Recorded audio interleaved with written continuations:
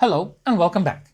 Today we're working on a Lenovo V15. This series, along with the IdeaPad 3 and IdeaPad 5, suffer mainly of 4 or 5 things.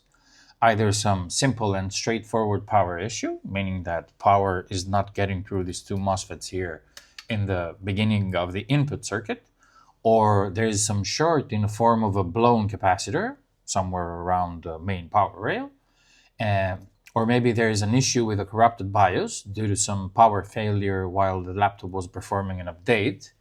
And last but not least, a failure with the onboard RAM. Now, well, obviously, if none of that is present here, there are their owners as well, which tend to break them and throw stuff at them and put them in water, or, So that's that. Now, this board here specifically turns on and has no display, which of course eliminates the power issues. After watching some videos online that just show you what resistors to change and where to put them, I thought that it would be a good thing to show you how you can determine by yourselves which resistors need to go where. Now, with like 10 seconds of Google search, you can find the schematics and the board view for this specific board, which is NM-D151.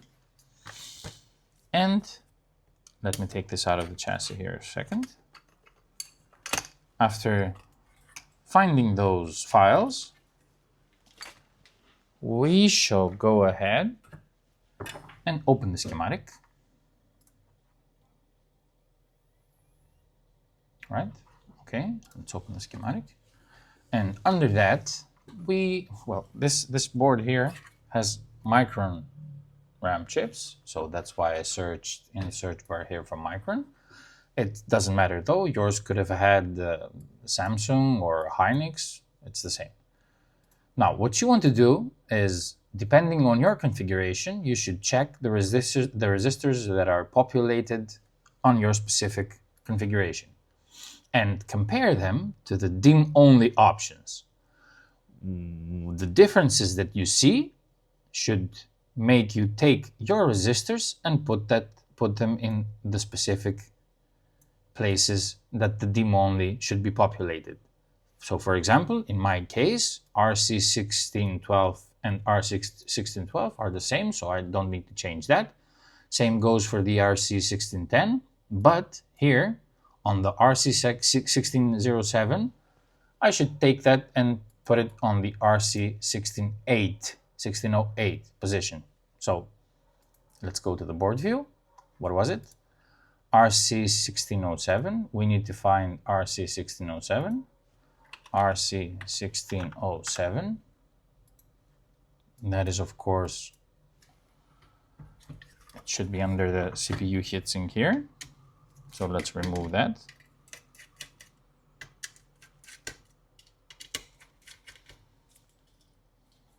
Okay, and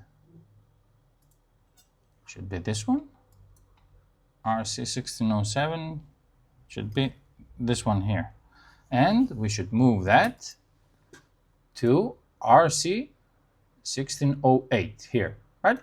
Now, again, RC1607 to RC1608, which is right next to it. This is a board that it's not very hard to remove things from. So just take that resistor and put it right on the next spot.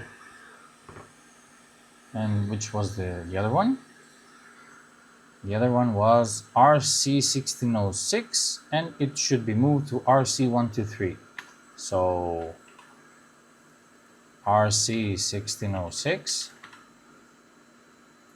and it should be moved to RC, oh, still right next to it. And it's on the other side. So let's put the heatsink back on. We don't want to mess up with the CPU here. It's delicate enough as it is. And it's supposed to be, let me check again, somewhere here. is it this one? RC1606, right? It's this resistor here, the small one. I don't know if you can see it, it's here, right? And we need to move it right to the next spot. So let's do that.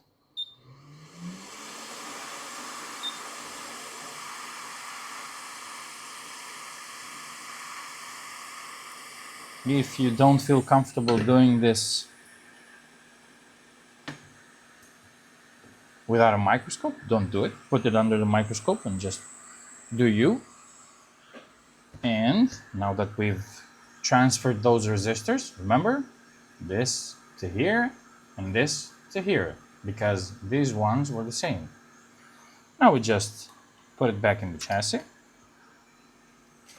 Let's connect the CPU fan. Okay, and let's connect the LCD cable.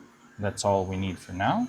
And of course, now that the board is DIMM only, we should put a memory stick here.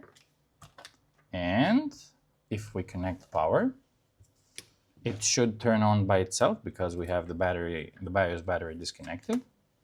So let's connect power. It has turned on. It's the current draw is fluctuating. Oh, there you go. There you have it.